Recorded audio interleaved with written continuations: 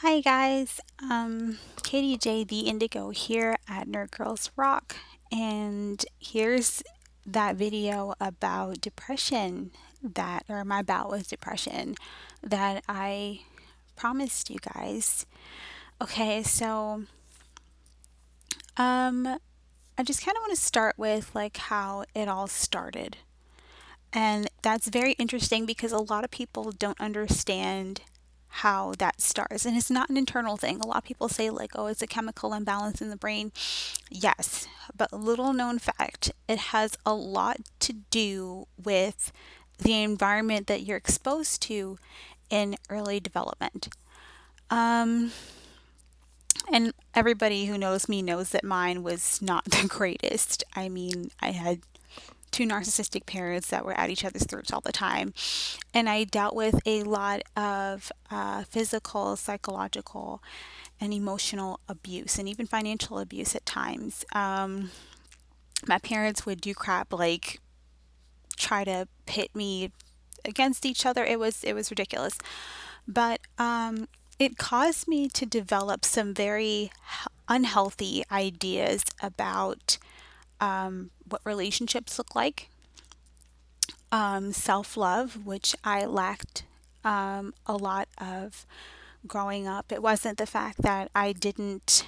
I just had a very unhealthy self image at that point. I didn't like myself really. Um, there were times where like I felt cool, but another unhealthy thing that happens in that kind of environment is that your happiness and your image of yourself is based on other people. So if there was ever a time that somebody said like they didn't like something I had on, or they said that I said something that that they didn't exactly feel comfortable with, to me, if that was communicated to me at that point in my life, to me that equaled to I am a horrible person, and that was the narrative I told myself in my mind. I believe that I did not deserve to have people be, nice or compassionate to me. And that led me to have very unhealthy intimate relationships and very unhealthy friendships. Um, and that in itself can be very depressing.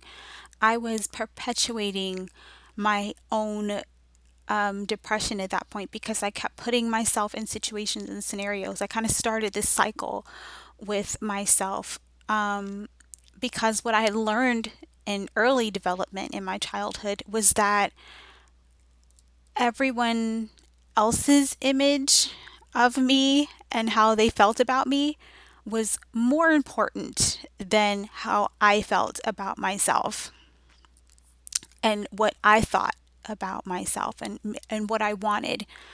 I was always taught to put other people's opinions and their preferences and things above my own, which was actually super bad. Like it just, I was never happy growing up. There were times though where I did find happiness because I am an empath, and I did find happiness in either helping the homeless, or if a friend was in need and I actually managed to help get them out of a very negative situation, or if I could just provide them with shelter or solace for the night, it made me. I found that to be fulfilling in a way, and to this day I do. But I didn't understand the limitation of doing it without exerting myself, because what we don't understand when one is dealing with depression is the fact that you look for anything. You look for anything because you're still under this lie within yourself that it has to come from outside. And that is not the truth. The truth of the matter actually is that it comes from within. It starts in here. And at that point in my life, I did not understand that. And so I would grasp at anything. We're talking about alcoholism. We're talking about marijuana abuse. I was smoking cigarettes at 14. I was a teen alcoholic. It was horrible. I was very like scarily self-destructive. I have attempted suicide so many times because in my mind, I was horrible. Honestly, the narrative that I had in my mind at that time was that I was such a bad person. I did not deserve to live, and I was such a horrible influence on everyone else's life that it would just be simpler for them, including my family, if I just wasn't around. I didn't understand that that's how people were making me feel. I just accepted full responsibility for that. At that point in my life, it did not dawn on me that maybe I should not be socializing with people that carry such negativity within them that they're making me feel responsible for how they feel. I also did not understand that people are responsible for their own thoughts and feelings. Um, so anytime that that happened to me, I was just automatically like, "Oh my God, I'm so bad. I should, I would apologize for things that I really shouldn't apologize for. Like, if something happened and let's say me and my partner at the time got into an argument over something that I really had no control over. For example, I had some toxic behaviors back then. And I was a little needy at times, I was. But on the same hand though, with the family that I grew up with, I was a teenager and I had no idea. But I really wanted a compassionate partner, somebody that would understand the environment that I was having to go home to and exist within and the kind of abuse that I was dealing with, and understand that I did not want to deal with that when I come to visit my partner.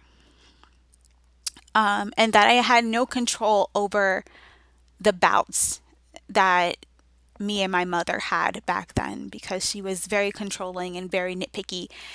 And it that was one of the things that made me feel horrible was I was not the perfect image of her daughter. And I didn't know that that was actually okay because she made me feel like that was the worst thing in the world. I wasn't what she wanted me to be. Therefore, I was the spawn of Satan. Um, so but I had a partner instead that was actually very harsh. They were very insensitive at times, and at the time I didn't realize it, but that was my first abusive relationship. Um I just I it was bad. Like they would just throw me out into the world. Like I got told they didn't love me anymore. I got told I was too sensitive at times. I got blamed for being abused really on multiple occasions. At no point in time did this person ever consider, like, this is messing with my mind or that it's actually making the situation worse. Um, I had friends that were like, I had friends that would actually buy me liquor knowing full well that I was going to drink myself into oblivion just so I wouldn't have to deal with the mental and the emotional strain that was my reality. I should have chosen better friends, but again, I didn't know that at the time. And I was asking myself, like, I really want a healthy friend. And to be frank about it, I didn't have any back then. I was the healthy friend.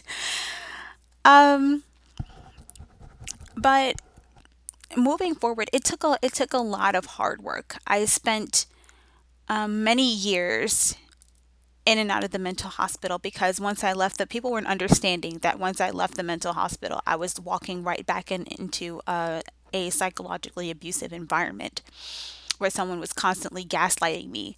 I grew up around a lot of narcissists.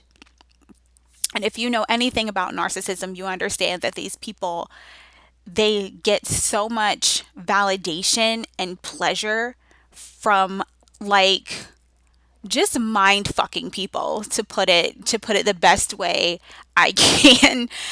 Like they will gaslight you, and gaslighting you is when they do something and try to pretend that it's not happening.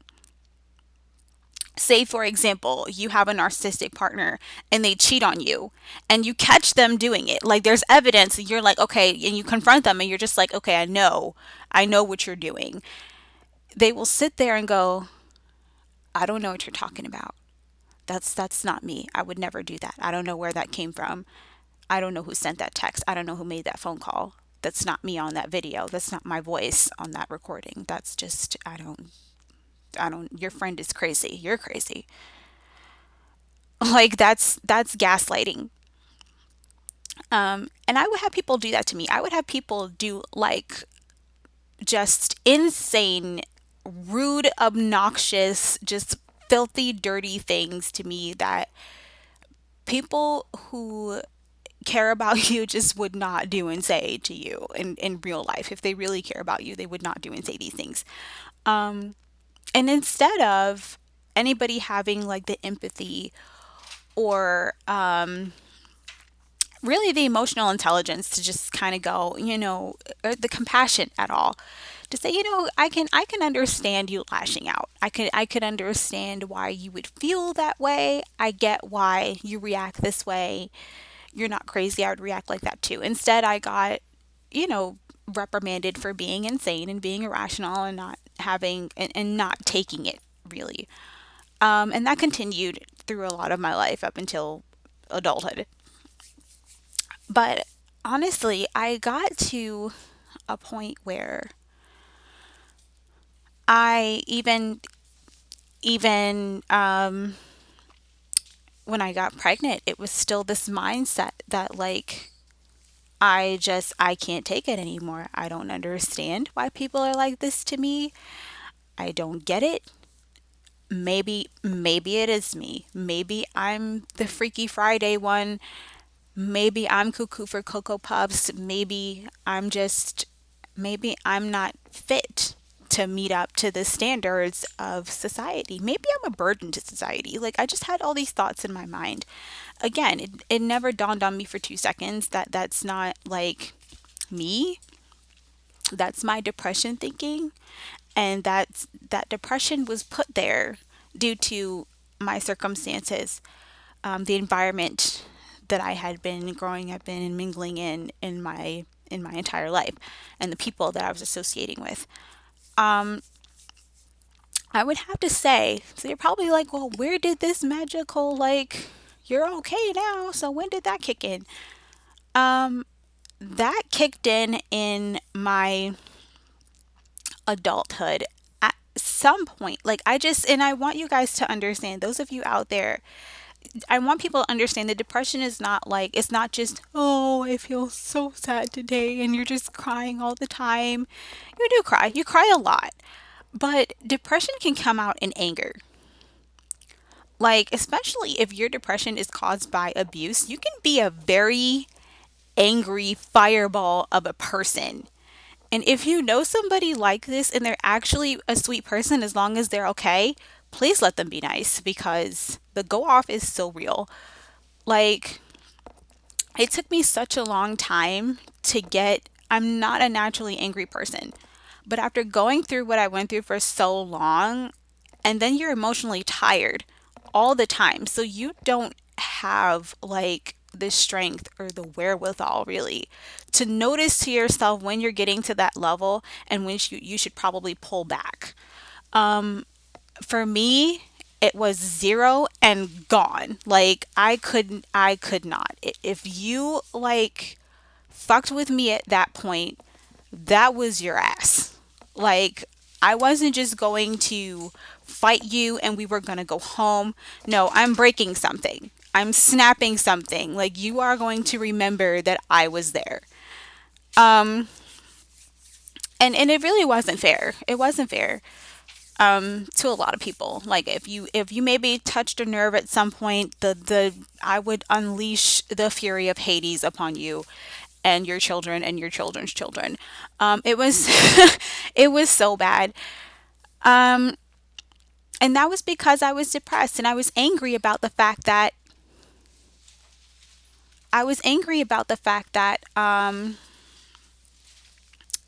you have to just I was tired of dealing with it. I was tired of being surrounded by these toxic people. I felt forced into doing things that I really did not want to do, and I felt forced to deal with situations that I really did not want to deal with. And even still, it didn't dawn on me at that point in time that I could have just said no and meant it. Like when my mom wanted me to go places that I didn't want to go, I could have just said no and not went. Um, but again, my image of myself was torn apart, and I was more concerned about what felt comfortable for other people, not necessarily what felt comfortable to me. I was very second rate to myself. So, with that being the case, people with depression can be very angry. Do not always think that, sometimes, and I know it's hard to imagine this idea, but sometimes the Hulk needs a hug. Okay? Just sometimes.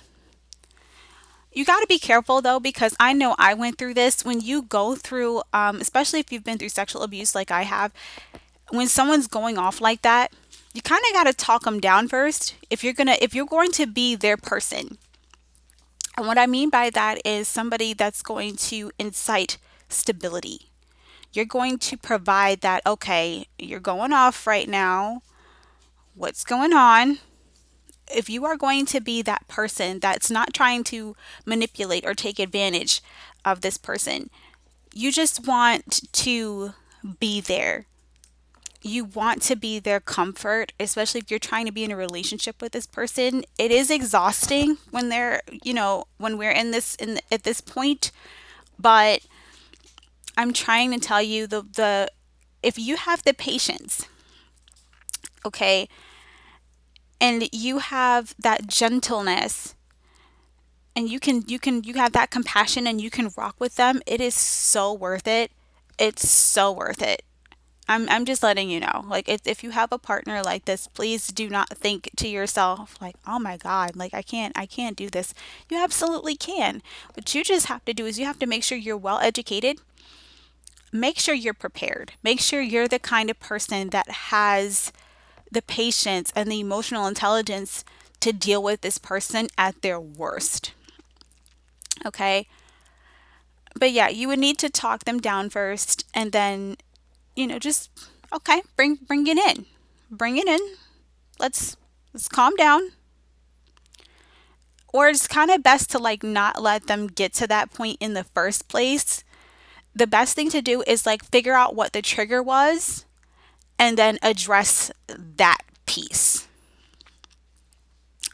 My biggest thing was like I hated to be disrespected and I hated to be invalidated. Like if I'm sitting here telling you that this thing right here is this person did this, and it, you know what, it touched a nerve, and I'm so like right now, the worst thing you could do to me that would make me go all the way off at that point in my life was to invalidate.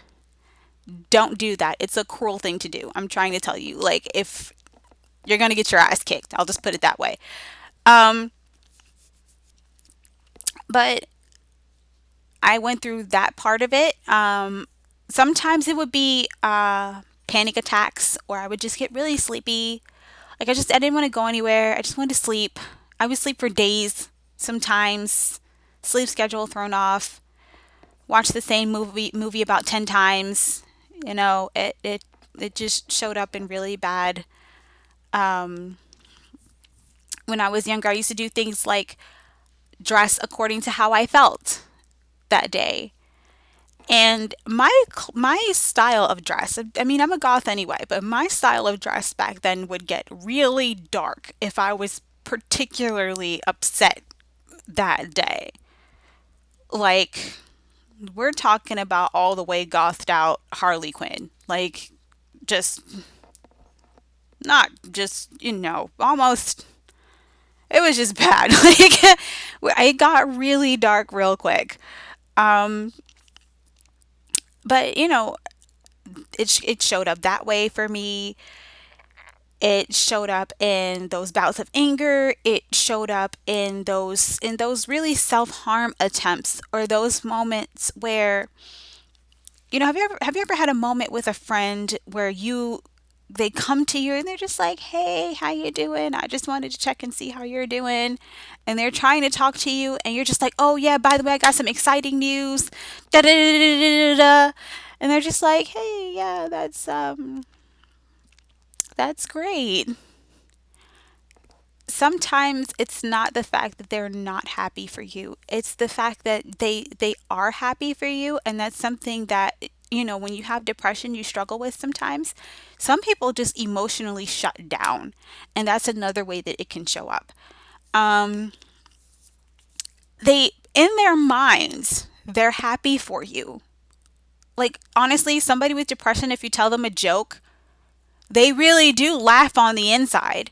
Like, I can't tell you how many times during my really depressive states that somebody told me a joke or I saw something that was hilarious and I laughed my ass off in my mind, but my face, I just couldn't laugh out loud. I just couldn't show how humorous it was to me on the outside. Um, Another way it can shut down is emotional numbness. And that's when a person just seems like they don't have any emotional reactions at all. And on the inside, they don't. It's a very cold, desolate, internal place to be because you can't find anything funny. You can't express love the way you want to. You can't feel it either. Like if somebody comes to try to give you a hug, you're just like, just, I don't, no, thank you. Like you don't, even if somebody did hug you, like it could be a warm, meaningful hug and you cannot feel it. Like you just become an internal black hole for emotion. Like nothing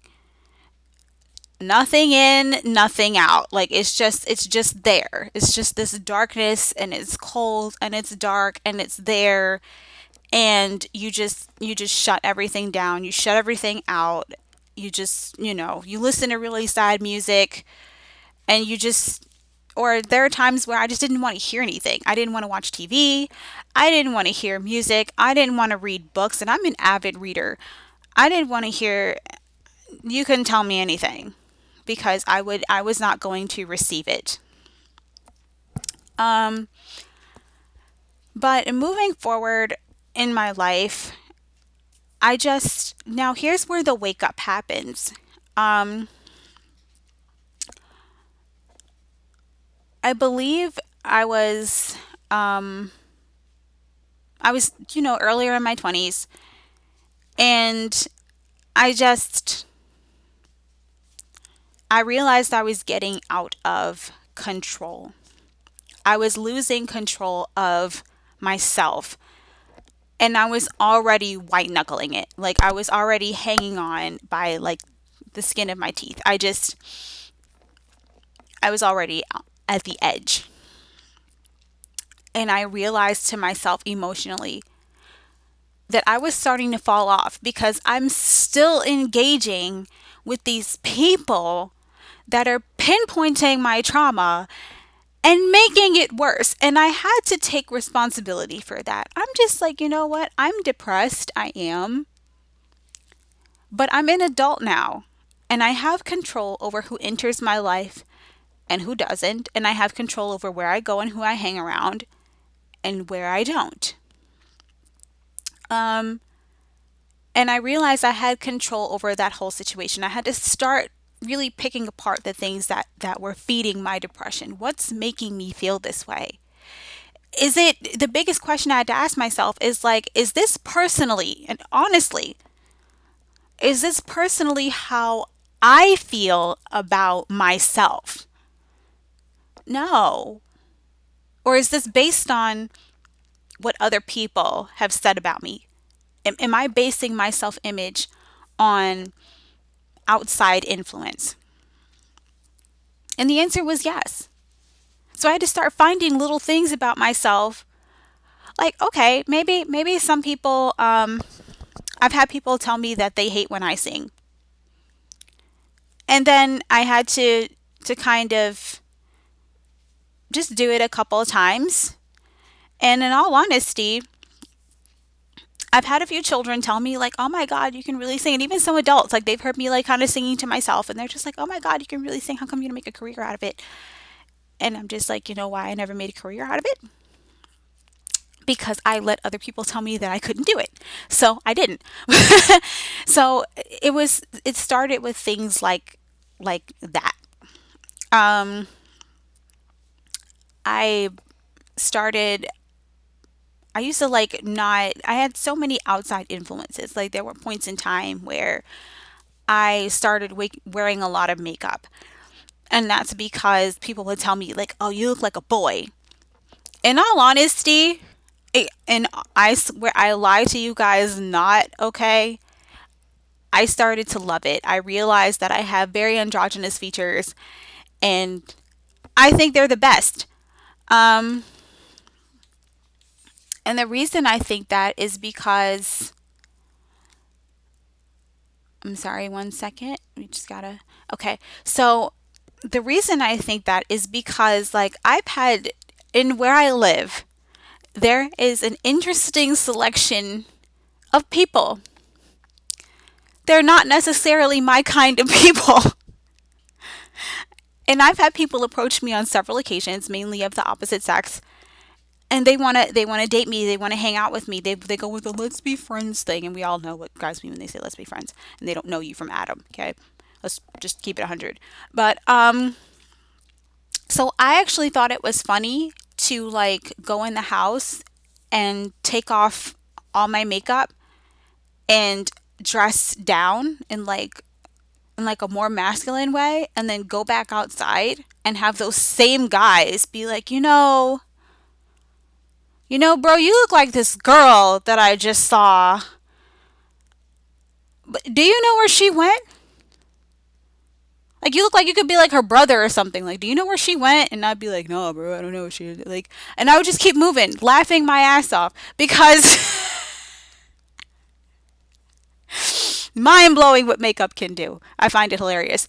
Um, but I learned to be very comfortable within myself and feel fine in my own skin. I also used to cover my skin a lot because I've struggled with acne all my life. It's annoying. It still plagues me to this day.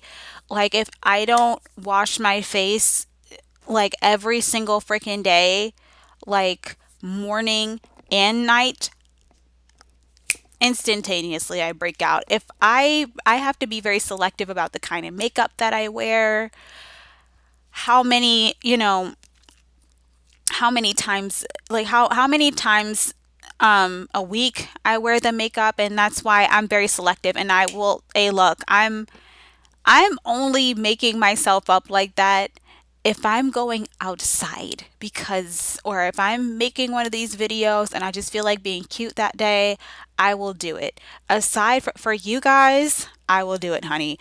Aside from that, I'm not gonna freaking do it. No. I don't want to be like all wrinkly and stuff when I get older, and on top of that, I have very sensitive skin. So there's that. Um I used to feel like I was too small. Like I wanted Cardi B butt, and like I wanted Nicki Minaj boobs, and like I wanted one of those figures. And then I started looking around and I was like, you know what happened? I had kids and I gained weight, and I realized how hard shopping was. Okay. I'm still, I got a small frame and everything, but I didn't want to struggle like that. And I started appreciating what size I was. And in all actuality, I'm actually a very, very toned, very, muscular kind of person. I'm very athletic. And I could do whatever I want with my body, and I learned to appreciate that. On top of that, I watch so many horror films where people can't hide because they're not as small as I am. And I started to think to myself, like, you know what? I would survive because I'm very small and I can fit in very unexpected places. Like the cabinet under your bathroom sink, I would hide there. I can hide there. I can go in my dirty clothes, in a pile of dirty clothes or whatever, or like under the blankets, and just make myself look like I'm not even there. The power of camouflage will save your life, bro. I started to love my size. Um, and I realized that if there was something that I didn't like about myself, I could always change it.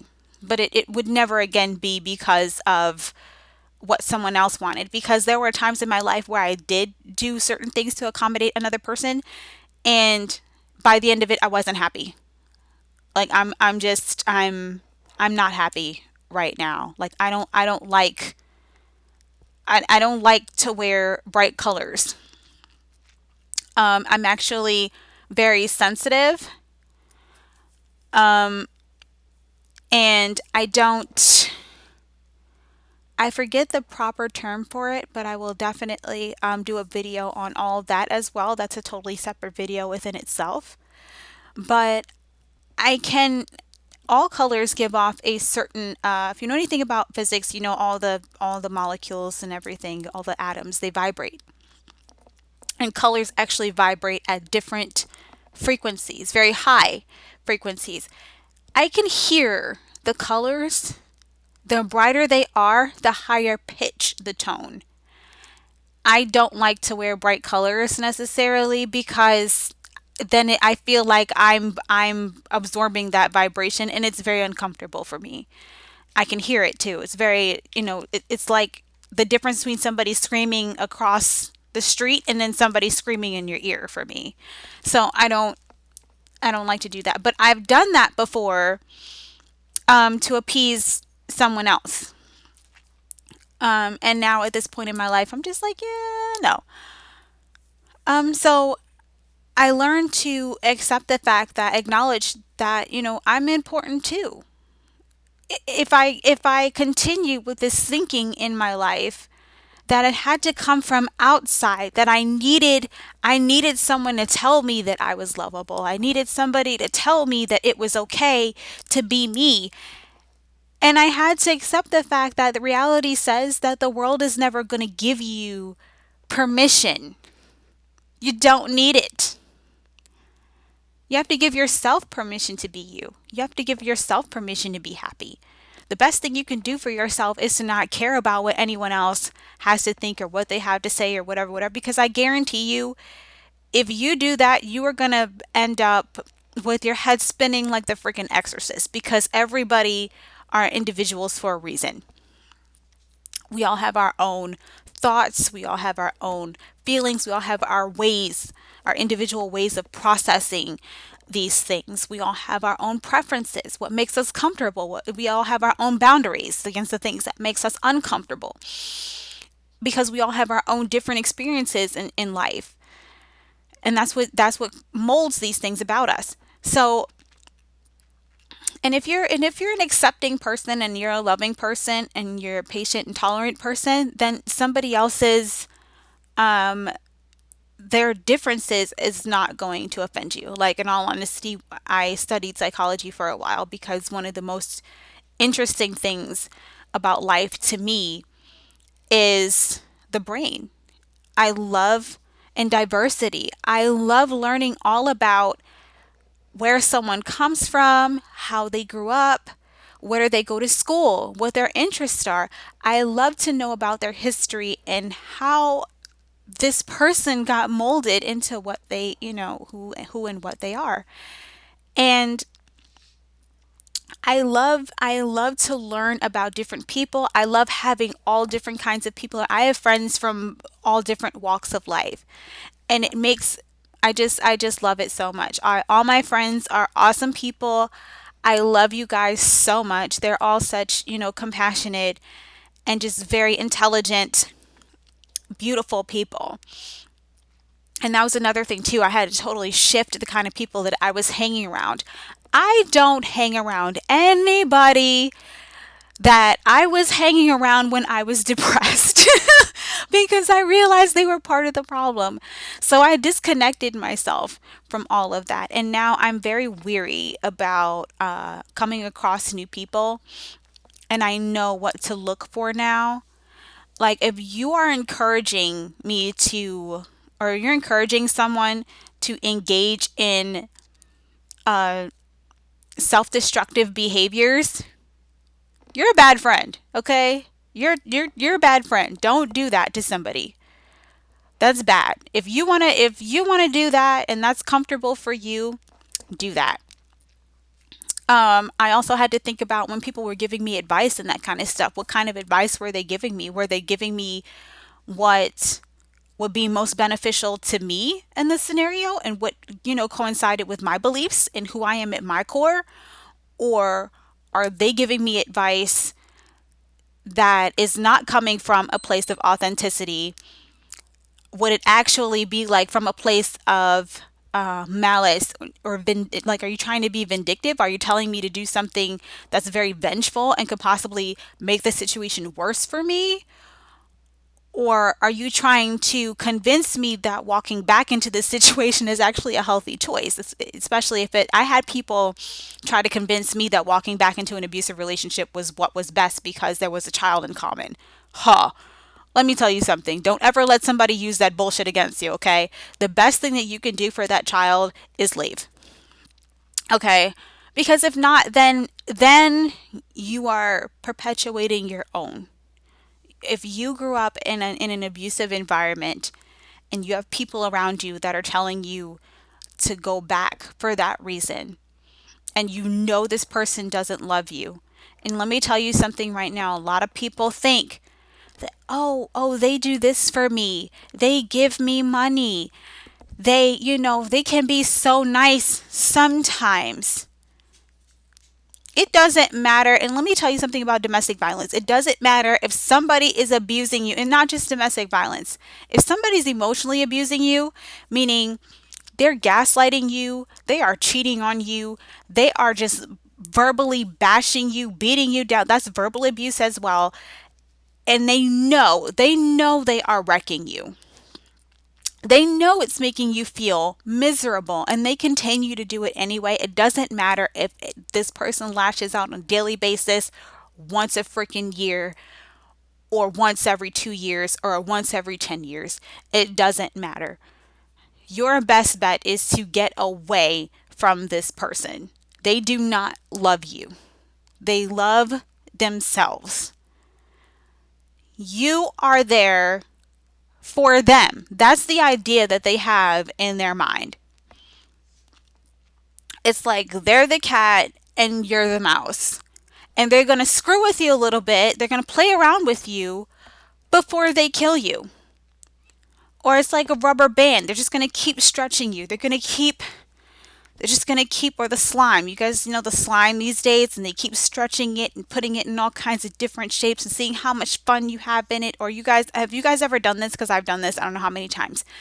Have you ever like stretched it as a child, like putty or like gum or, slime or whatever, and you made it super thin and you wanted to see like how far you could stretch it before it broke? Like, you're testing the elasticity here. And then when it breaks, you go, "Oh, okay." So that's how that works. You don't feel any remorse for it. Like, you're just like, "Oh, okay. Well, we know, if I want it to break, this is what I do now." There are people like that. That's how they think of you, and that's what they will do to you. Um, so don't waste your time, it's like, "Oh, well, maybe I can fix it." No, it's not up to you to fix them, honey. It's not up to you. You have to worry about fixing yourself. You have to worry about loving yourself more. You have to worry about doing self care for you. You have to worry about healing yourself. You have to worry about doing what's best for you, what feels right to you, so that you can lead a healthy, happy life. Okay, don't worry about other people. Like I like to wear different sorts of colors in my hair, or I like to change my hair a lot. And people would say to me, "Why do you wear all those colors?" Because my response is I'm like alfalfa, okay? It's my personality. Leave me alone. Why do you wear your hair like that? I could ask you the same question. The difference is if I do that, it's not out of malice. I'm genuinely just interested on why you selected that. There could be a number of reasons why somebody does what they does, and there's a difference between asking somebody a question out of because you're genuinely trying to understand them as a person and their thinking, and asking someone a question because you're trying to incite doubt in their minds. That's a form of manipulation. Like, I don't like your haircut and I don't want you to like your haircut, so I'm gonna go, why'd you pick that? And you could feel like it's fine. You know what you do with people like that? You let them be insecure. Because a lot of times they're just mad because they can't rock a haircut like that. So they want you to change. They want you to feel like you can't. Honey, rock it out loud, okay? Get away from that person. Leave, I like to say, leave the peasantry where you found it, in the gutter. I don't, I, these days, I do not mix and mingle with people like that at all. I do not socialize with people like that. In fact, if you were to come up to me and say something negative, like about someone else, hey, look, let them do them. My first question to you is going to be, why is it your business? You don't know them from Adam. Why is it your business? Who cares what color they have on? Who cares what their outfit looks like? They are comfortable. They came outside like that, obviously. So they're happy. Why is it bothering you so much? I have the same question now when people come up to me and they say certain things like, why, I'm sorry, am I asking you to do that? Especially when it comes to people who want to like berate you or belittle you for, oh my god, I've dealt with this so much lately. Um I hate when people come up to me and they go, "Why are you gay? Just why are you?"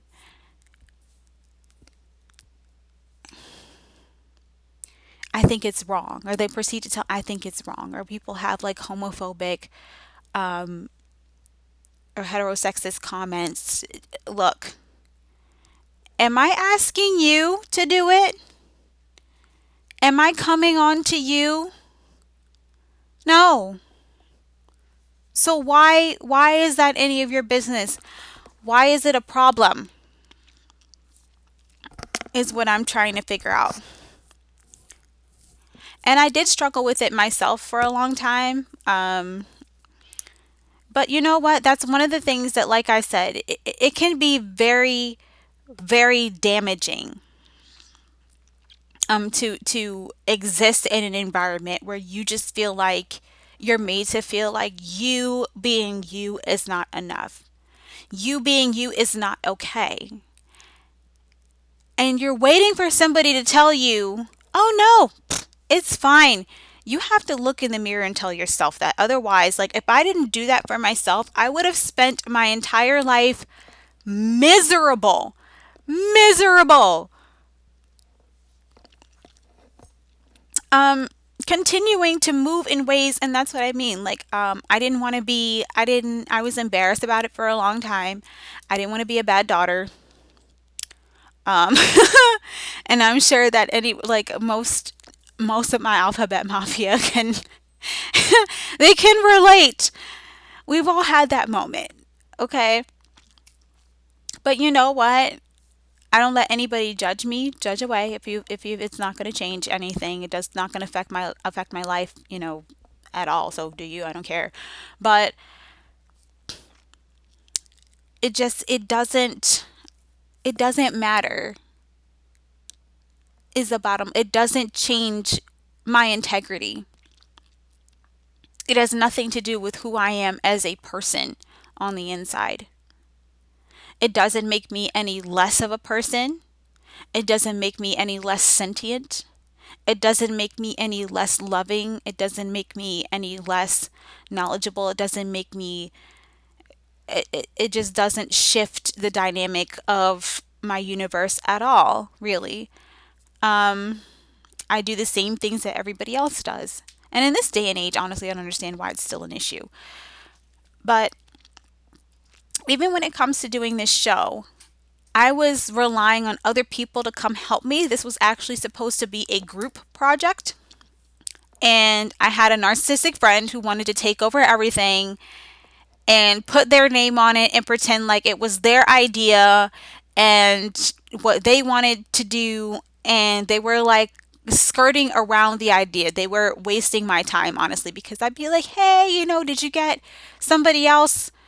Did you find my co-hosts yet? Did you interview anybody? And the excuse was, oh, I'm always doing all these other things. Now, if I have the time to run a business, to go to work, to raise two children, you can find the time to interview a few other, alternative females. Just a thought. Um, so I just, it wasn't, that was just my thinking at the time. And then I thought to myself, you know what? I am perfectly capable of doing this myself. So that that's how the Nerd Girls Rock YouTube channel came into existing.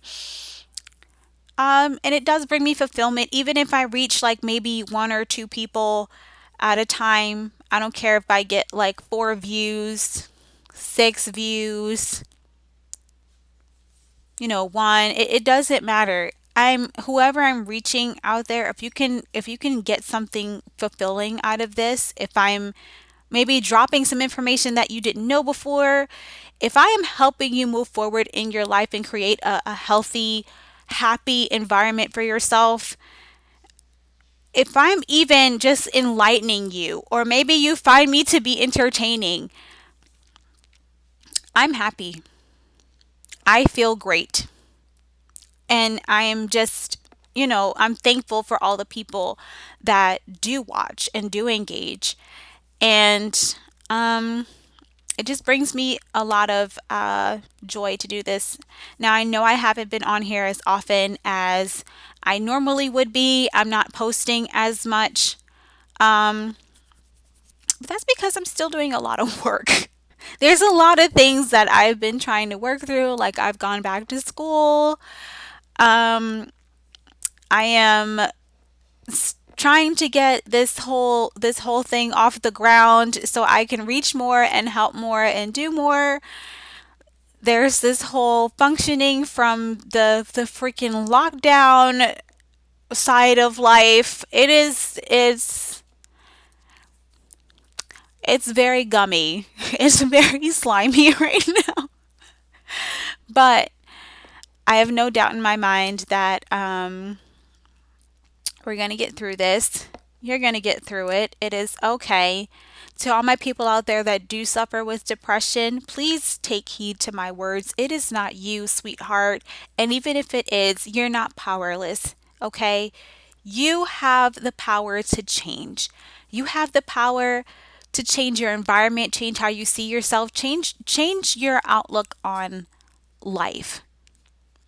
I promise you, if you see something that you don't like, you have the power to change that too.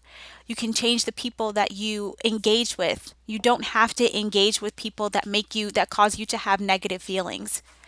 You don't have to be in environments that cause you to have negativity. And even if you are, you don't have to take that on. Like, I want you to start breaking things down to yourself. Even if somebody says something out of line to you and it causes you to have negative feelings, start breaking it down to yourself. Like, why did I find that offensive? Am I upset right now, or is it like they're upset right now? Some of us are empaths. Like I'm an empath, and it sometimes is hard for me. Honestly, I struggled for a long time, and that's another reason it's so hard for me, is because I have a hard time separating myself from like my own feelings from other people's feelings. It took me a long time to realize like how to do that when I'm feeling something and it's not me. It's not emanating from my mind. It's not coming from my heart. That's just how they feel. And to also not take responsibility for that. You know what? People are people and they feel how they feel, and that's fine. They're going to get over it. Okay? So don't let somebody make you feel, please don't take that on. Um know that you are beautiful. Know that you are enough. Know that you are loved. I love you guys. I love every last freaking one of you. Thank you so much for tuning in. This is Katie J. the Indigo at Nerd Girls Rock, and I will see you guys soon. Bye.